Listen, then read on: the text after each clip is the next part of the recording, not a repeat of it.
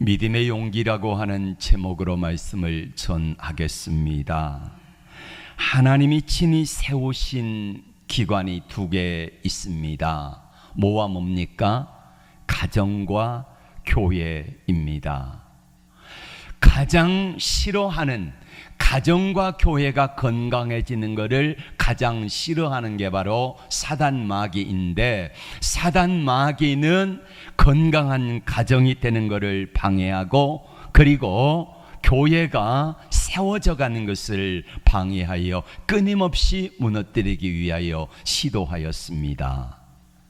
역사상으로도 그렇고 지금도 마찬가지로 교회와 가정들은 위협을 받고 있습니다. 그 가운데 하나가 공산주의 사상인데, 공산주의는 칼 마르크스가 최초로 시도를 했습니다. 그런데 공산주의 사상을 접목해 가지고 이 세상을 아름답게 해보겠다 그랬는데 보니까 이게 잘 안 돼요. 왜냐? 가정이 건강하거든요.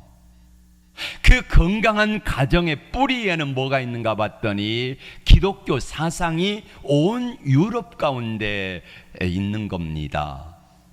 그래서 칼 마르크스는 어떻게 하면은 교회를 무너뜨리고 가정을 무너뜨릴까 고민하다가 책이 노트에다가 우리로 말하면은 자기가 이제 자료를 좀 남기고 죽었습니다.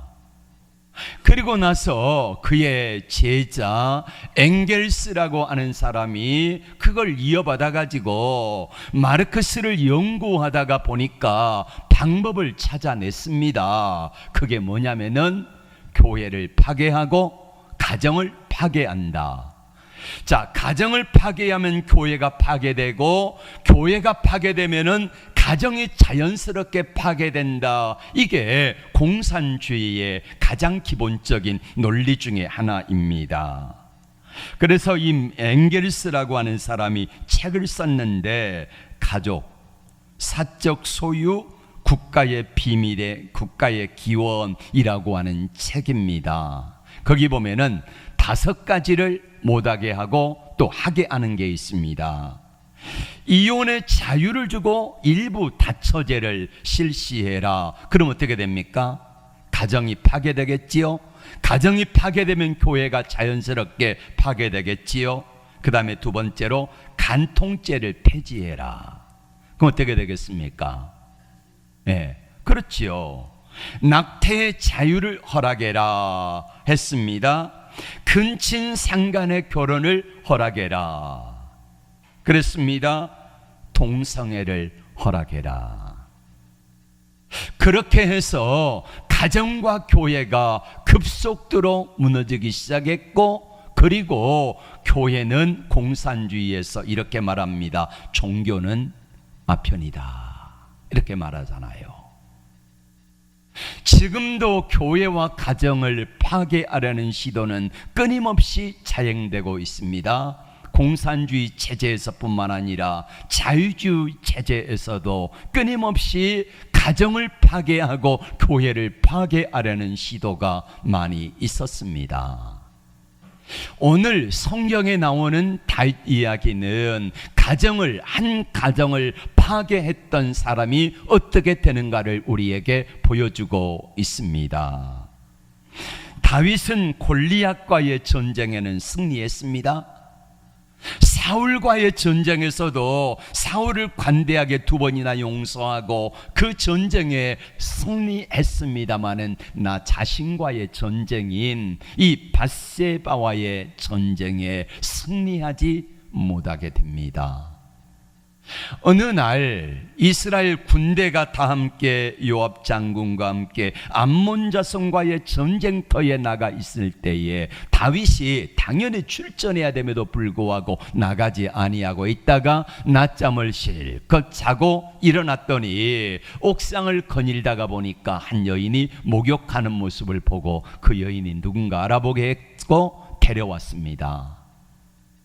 전쟁터에 나가 있는 우리야 장군, 36명의 장군 중에 한 사람인데 그 장군의 부인이에요.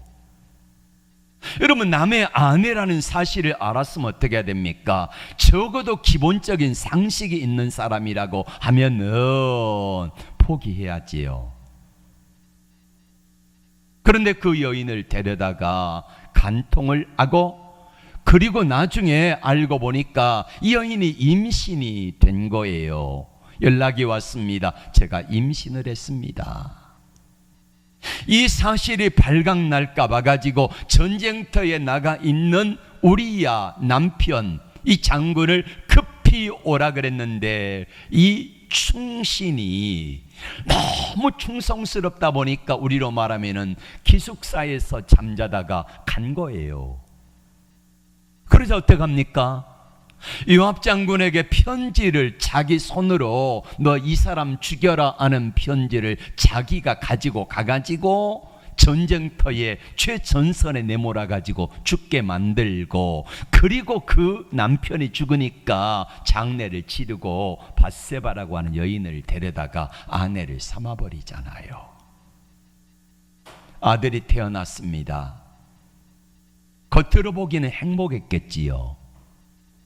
아무도 우리야 장군의 죽음을 슬퍼하지 못했습니다. 감히 왕에게 직언을 하지 못했기 때문입니다.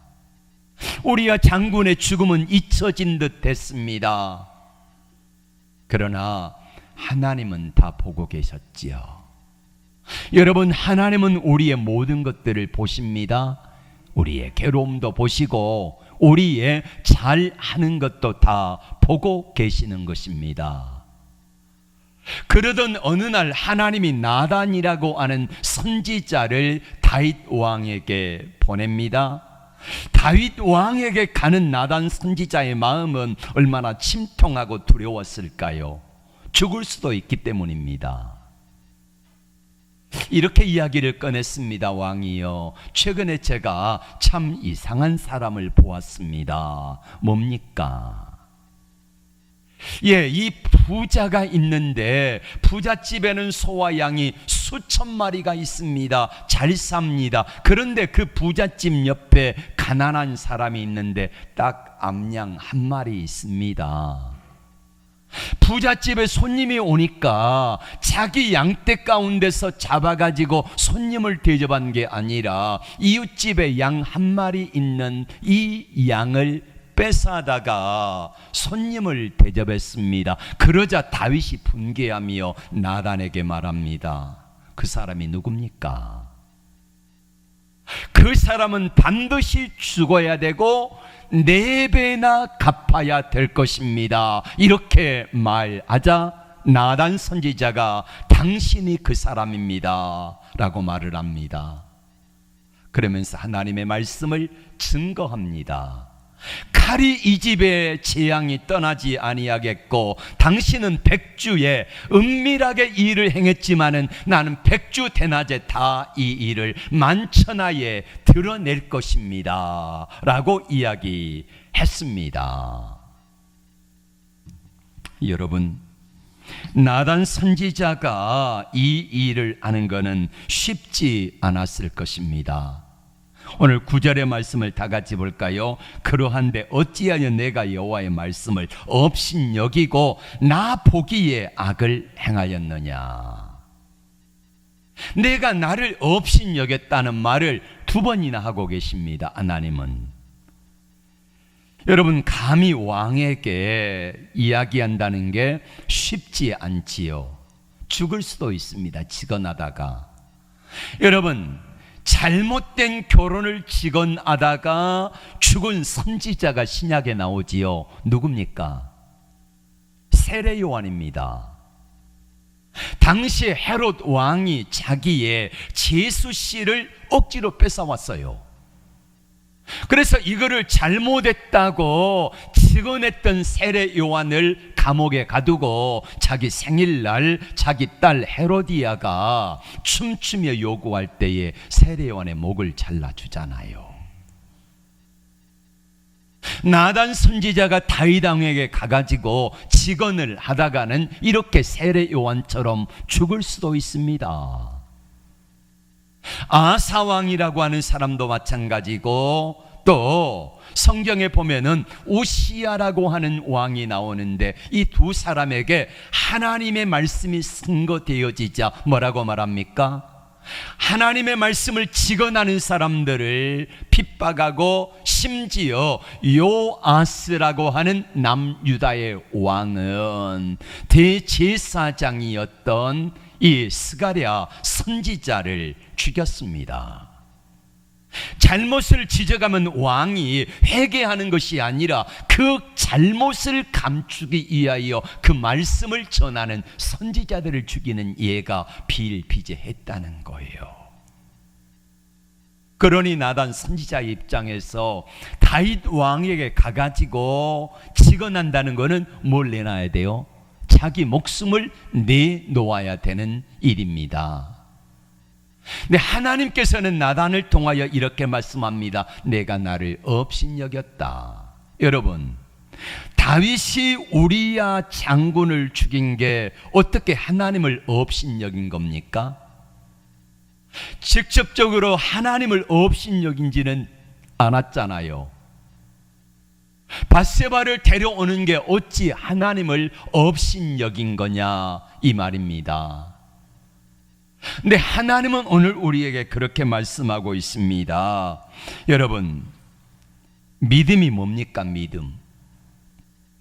믿음이란 하나님이 말씀하실 때에 순종하는 게 믿음입니다.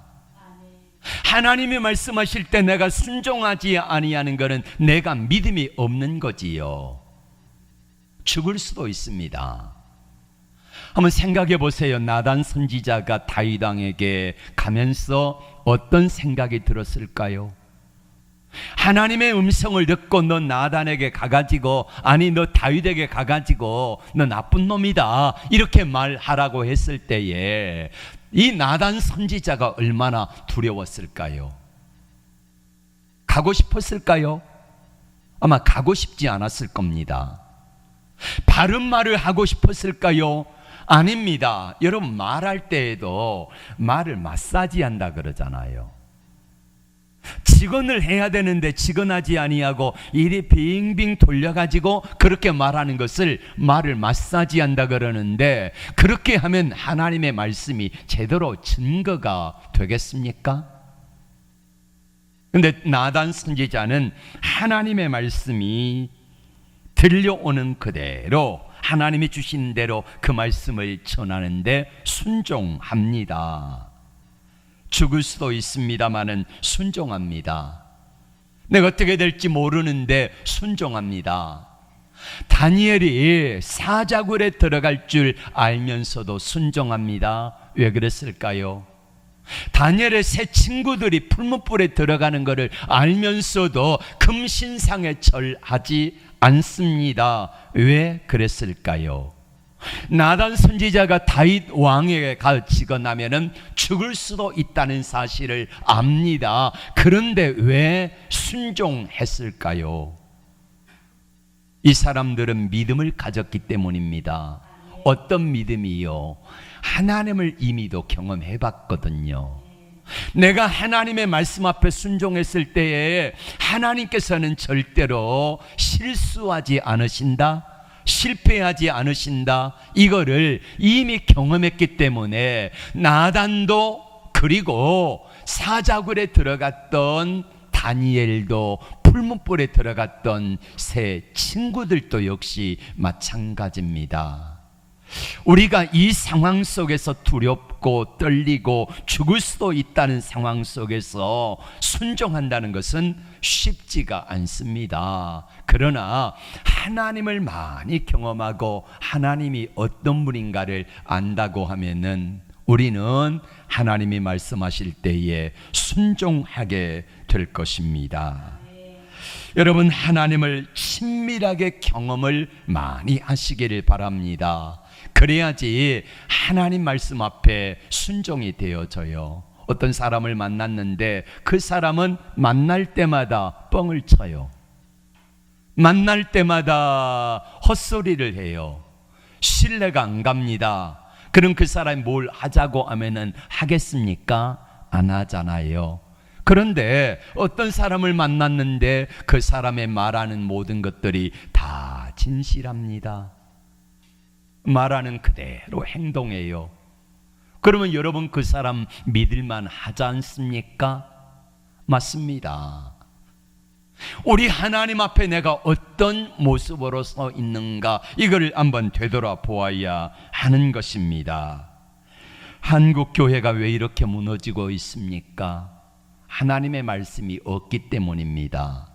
아니 목사님, 우리 한국 교회처럼 주일날 낮 예배도 모자라 가지고 오후 예배 드리고 수요 예배, 금요 기도회, 거기다가 새벽 기도회까지 하는데 그렇게 많은 말씀이 증거되어지는데 말씀이 없다니요.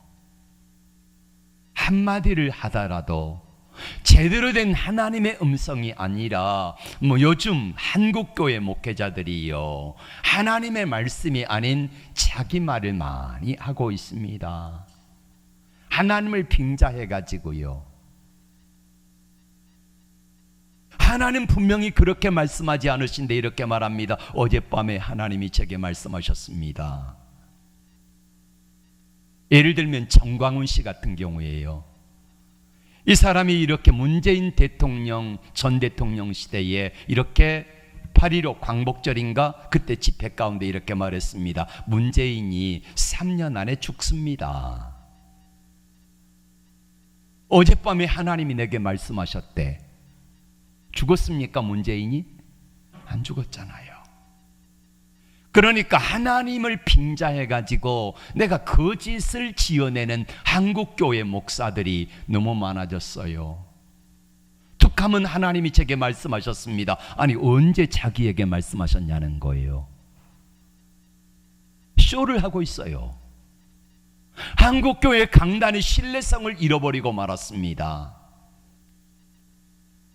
그러니까 목사들이 하나님의 종이 아니라 교회 성도들에게 목사님 그런 설교는 좀 하지 마십시오. 우리에게 세상에 살면서 우리도 참 피곤합니다. 목사님이 세상 직장생활 해보셨습니까? 세상에 살아보셨습니까? 얼마나 힘든 줄 아십니까? 그러니 교회 오면은 듣기 좋은 소리만 해주세요. 이렇게 말을 합니다. 대형교회 목사들 어떤 사람들입니까? 다 보면은요 청빙돼 가지고 간 목사들 있잖아요. 자, 우리 교회는 안 그렇습니다만은, 교회 장로는 안 그렇습니다만은 대형교회 장로들이요, 담임 목사가 대형교회 장로들 얼마나 눈치 본 줄 아십니까? 한마디를 바로 못해요. 왜냐? 당장 쫓겨나니까. 자기 마음에 안 들면은요 어떤 이 뭔가를 걸어가지고 쫓아내버린다니까요. 이게 한국교회의 병폐입니다. 그러니 목사들은 바른 말씀을 전하지 아니하고 하나님의 말씀이 아니라 거기다가 온갖 양념을 해가지고 복음이 아닌 세상 복음을 전하고 있는 거예요. 그런데 하나님이 바라보실 때에 뭐라고 말씀합니까? 한국 교회가 죽었다 그러지요. 그럼 너는 잘하느냐? 저도 잘 못했습니다. 그러니까 회개하는 마음으로 이 말씀을 전하고 있잖아요. 나단 선지자가 하나님의 말씀을 다윗 왕에게 전해야 되는데 전하지 아니하고 빙빙 돌려가지고 그렇게 했다면은요 어떻게 되겠습니까? 하나님께 버림받았겠지요. 그러나 나단은 가가지고 다윗에게 직언을 하지 않습니까? 저같이 이렇게 설교하는 목사들은요 인기가 없어요. 재미가 없습니다. 예. 근데 여러분 한국교회에서 요구하는 게 뭐냐면은 살아있는 성도들은 하나님의 말씀만 전해주세요 이겁니다. 우리가 참 복음을 전해달라는 거예요. 코미디언 같은 목사도 있고 말쟁이 목사도 있고 툭하면은 자기가 하나님이라고 그렇게 말하면서 하는 뻥쟁이 목사들도 있고, 이게 한국교회 강단을 어지럽히고 더럽게 만들어 버렸다는 거예요. 참 안타까운 현실입니다. 문제는 하나님 말씀이 전해지는데 성도들이 듣기 좋은 말, 근데 하나님의 참 복음이 십자가와 부활의 복음이 증거되어지는 것이 아니고 부활의 영광만 전해지고 있다는 겁니다. 우리 장로교의 가장 큰 특징 가운데 하나가 칼빈의 5대 교리가 있는데 그 가운데 성도의 견인이라는 게 있습니다. 이게 뭐냐면은 한 번 구원받은 사람은 영원히 구원이 상실되지 않는다는 거예요. 한 번 예수 믿으면은 처음에 믿으면은 죽을 때까지 우리의 구원이 상실되지 않는다, 이렇게 말을 합니다. 거짓말입니다. 마태복음 7장 21절에 나더러 주여 주여 하는 자마다 다 천국에 들어가는 것이 아니요 하나님의 말씀대로 행하는 자라야 하리라, 이렇게 말합니다. 그때는 그 사람들이 말합니다. 주여 주여, 우리가 주의 이름으로 선지자 노릇도 하고 귀신도 쫓아내고 복음도 전했는데 무슨 말입니까? 그때 주님이 말씀합니다. 나는 모른다, 이렇게 말입니다. 나란 선지자는 죽음을, 위협을, 두려움을 극복하고 가서 다윗에게 바른 말을 전합니다. 이게 다윗이 살고 나라와 자기가 사는 길이기 때문입니다. 그래서 다윗이 다행히 하나님 앞에 회개하고 무릎을 꿇지 않습니까? 여러분, 다윗이 했던 말이 뭡니까? 나단 선지자 가가지고 한 부자 이야기를 할 때에 당신이 그 사람이요 했을 때에 앞에 했던 말이 뭡니까? 그 사람은 반드시 뭐 할 것이다? 죽을 것이요, 그리고 몇 배를 갚아라? 4배를 갚을 것이다, 이렇게 했습니다. 회개하니까 하나님이 다윗에게 말씀합니다. 당신이 죽지는 않을 것이다. 그런데 몇 배 갚으라고요? 4배 갚으라. 4배. 우리야라고 하는 장군을 죽이는 죽음을 죽였습니다. 그러니까 우리야의 핏값으로 다윗의 아들들이 딱 4배, 4명 죽습니다. 밧세바와의 불륜으로 태어난 이 아이가 첫 번째 죽고요, 그 다음에 두 번째 암논이라고 하는 이 장자가 죽고요, 셋째 아들 압살롬이라고 하는 사람이 쿠데타를 일으켜가 죽고, 그리고 네 번째 아도니아가 솔로몬 왕에게 의해서 맞아 죽습니다. 하나님의 약속하신 말씀대로 다윗의 가문에 칼이 끊이지 않는 그 결과를 낳게 된 거지요. 여러분, 죄는 용서받지만은 흔적은 남습니다.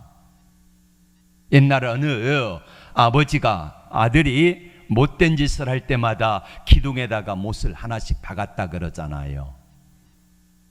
그리고 이제 커가지고 잘못을 뉘우치고 선한 일을 할 때마다 못을 하나씩 뽑았는데 나중에 못은 없어졌지만은 뭐가 남아요? 흔적은 남습니다.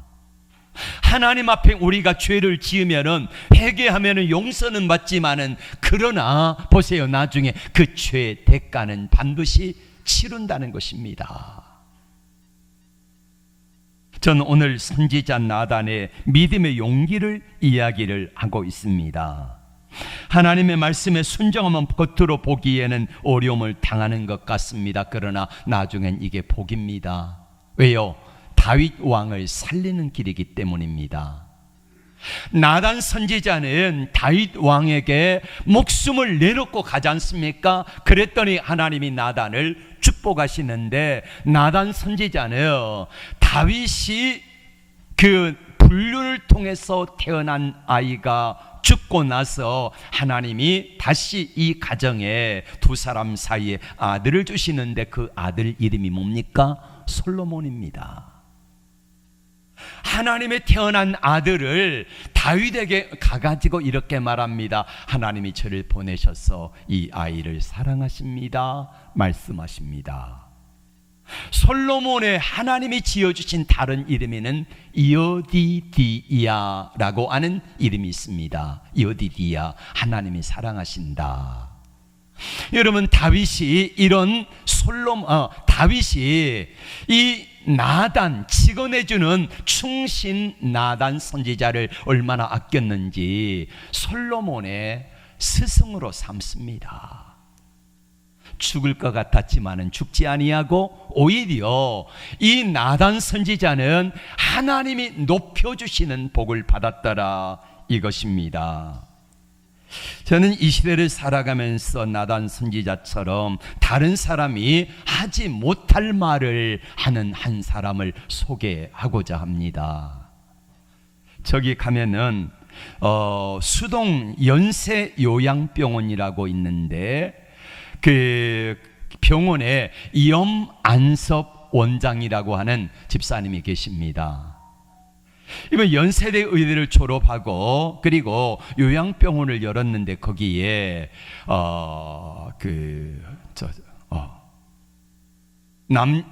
남자들의 성교로 걸린 에이즈 환자가 들어온 거예요. 그 사람을 치료하다가 그 에이즈의 얼마나 잔인하고 그리고 더러운 모습을 보게 된 거예요. 그래서 많은 사람들을 치료하다가 자기가 이제 거기에 에이즈 환자를 막는 일에 앞장을 섰습니다. 그러다 보니까 여러분, 우리나라의 동성애가 인구가 얼마냐면은 60만 명입니다. 교회도 많아요. 교회도. 몇 년 전에 당시에 총신대 강도사라고 하는 학생이, 이 사람이 에이즈에 걸렸습니다. 여러분, 오늘 이 자리에서 제가 이야기하는 것 좀 너무 부담스럽고요. 오후 예배 시간에 이분의 간증 40분짜리가 있는데 이걸 제가 틀어드리겠습니다. 그렇게 해서 자세하게 들으시고요. 아무튼 이런 사역을 하면서 에이즈 환자들, 우리나라에 동성애라고 해가지고 다 에이즈 환자는 아닙니다. 한 60만 명쯤의 동성애자들이 있는데 그 가운데 에이즈 환자가 우리나라에 2만 명쯤 되어진다고 해요. 2만 명.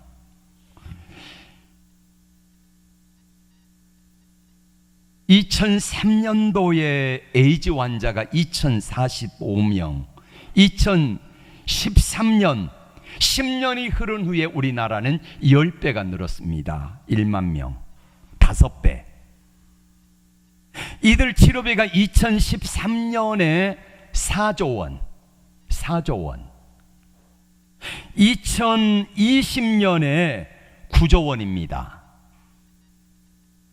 그럼 지금 2024년도에 에이즈 환자가 되어지면은 이 사람들의 약값이 한 달에 얼마냐면요 600만 원입니다. 여러분, 600만 원 여기서 버는 분들 그렇게 많지 않을걸요. 한 달에 월 600만 원. 약값만 한 달에 600만 원이에요. 그럼 그거를 누가 대주냐? 국가에서 100% 대줍니다. 90% 600만 원에서 60만 원을 뺀 560만 원, 540인가요? 이거를 국가에서 대주고 이거를 자기 돈으로 60만 원을 냈고 이 60만 원의 영수증을 가지고 지자체에 가면은 지자체에서 100% 60만 원을 돌려줘요. 그러니까 자기 돈은 하나도 안 드는 거예요. 에이즈 환자가 병원에 입원하면은 병원비 전액 100% 국가에서 다 해줍니다. 이 사람이 죽을 때가 돼가지고 요양원에 들어가면은 요양비 다 100% 국가에서 해줍니다. 간병비, 여러분 간병인을 쓰면은 하루에 8만 원에서 10만 원 정도 듭니까? 15만 원? 그 에이즈 환자는 그의 배가 넘는답니다. 간병비가. 어디서 해줘요? 국가에서. 2020년도 9조 원이었으면 2024년도는 아마 10조 원이 넘지 않겠습니까? 국가에 여러분 세금 내다가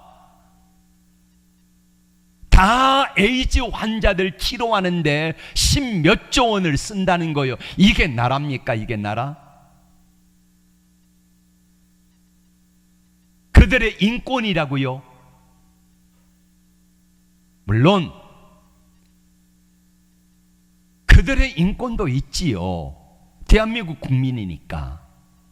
근데 미국도 동성애를 인정하는데 그 나라에서는 100% 자부담입니다. 치료비가. 에이즈 환자들 사이에 이렇게 말합니다. 이분이 공개한 카톡에 보면은, 자, 에이즈 걸리면 어떡하지? 남자와 남자끼리 학문 선교하다가 이거 콘돔을 끼지 아니하고 하다 보니까 걸리잖아요. 걸리면 어떡하지 염려하니까 걱정하지 마. 국가에서 다 해주는데. 여러분, 내 돈 600만 원이 한 달에 약값으로 들어간다고 하면은 어떡하겠습니까? 못하지요. 예.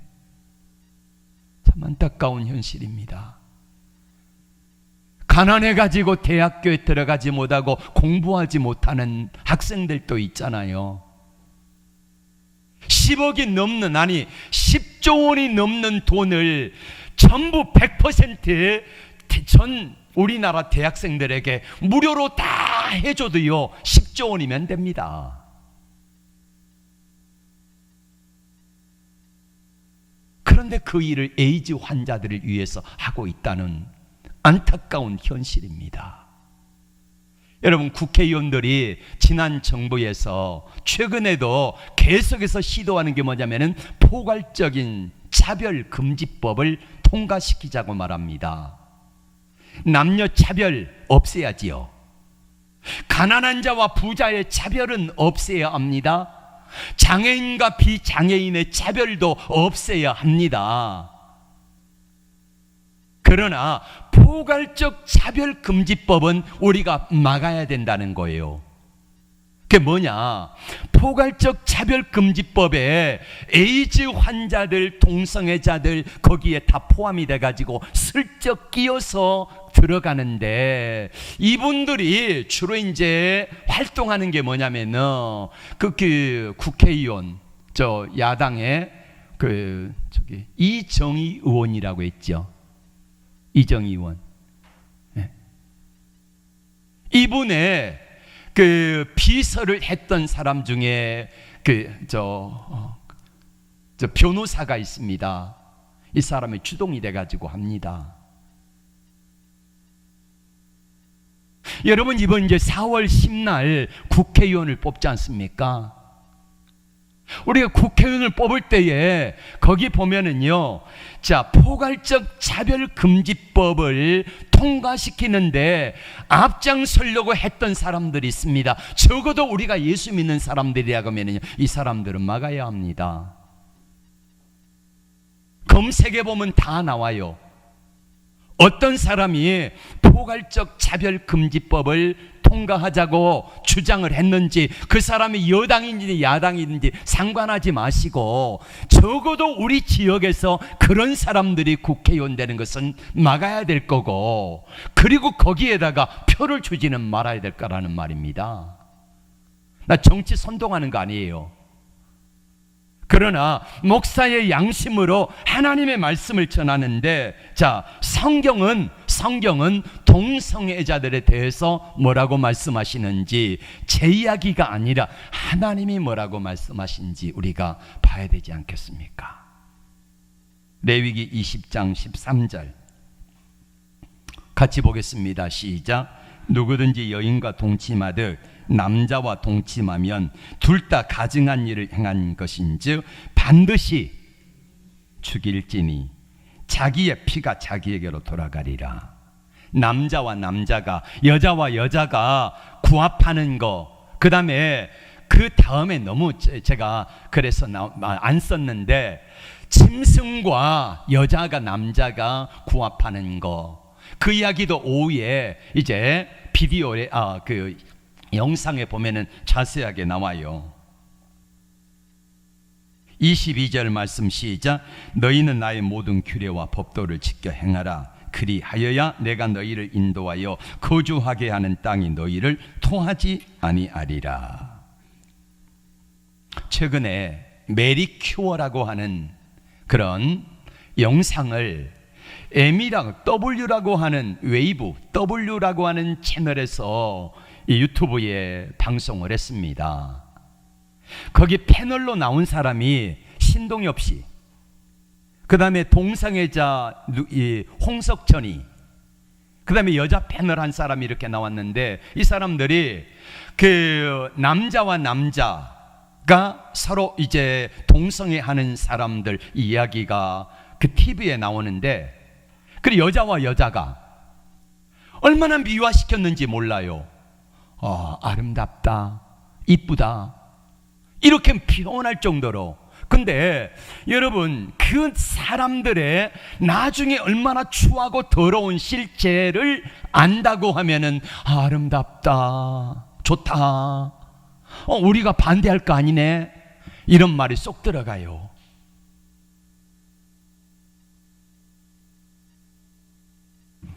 다윗은 골리앗과의 싸움은 승리했습니다. 사울왕과의 싸움에서도 승리했습니다. 그러나 자신과의 싸움에서는, 이 밧세바의 싸움에서는 승리하지 못하고 철저하게 패배하고, 결국에는 나단 선지자의 말씀대로 용서는 받아서 자기는 죽지 않았지만은 자식들이 서로 죽이고 죽는 이런 가운데 가정은 완전히 비극을 겪고 맙니다. 여러분, 동성애자들 가운데서 특별히 에이즈에 걸린 사람들의 평균 수명이 얼마인 줄 아십니까? 40대를 못 넘긴대요, 대부분. 비참합니다. 네.